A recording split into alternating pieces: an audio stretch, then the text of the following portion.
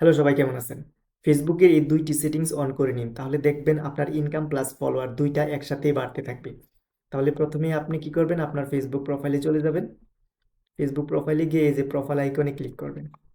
এখানে ক্লিক করার পরে নিচে দেখেন থ্রি ডট লাইন মেনু আছে, এখানে ক্লিক করবেন।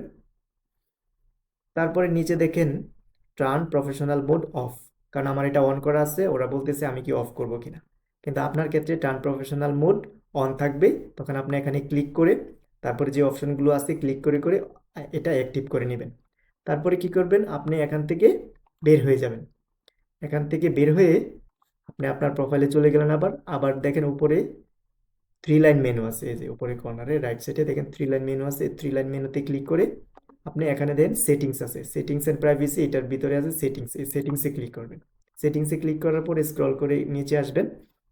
নিচে এসে দেখবেন how people can find and contact you. তো এই অপশনটাতে ক্লিক করবেন। এই অপশনটাতে ক্লিক করলে কি হবে, তারপরে আরেকটা যে মেনু আসবে সেখানে গিয়ে দেখবেন who can send you friend request, এই অপশনটাতে ক্লিক করবেন উপরে।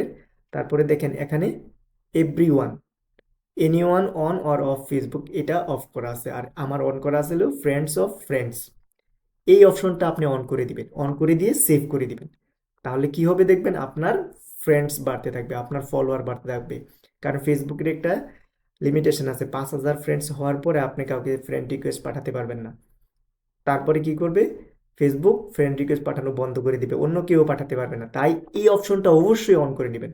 তাহলে দেখবেন ফ্রেন্ডস অফ ফ্রেন্ডস, এটাতে ক্লিক করে সেভ করে দিবেন। তাহলে দেখবেন আপনার এই অপশনটা অন হয়ে গেছে এবং সবাই আপনাকে ফলো করতে পারতেছে, আপনার ফলো বাটনও অন হয়ে গেছে। তো থ্যাংক ইউ সবাইকে ভিডিওটি দেখার জন্য।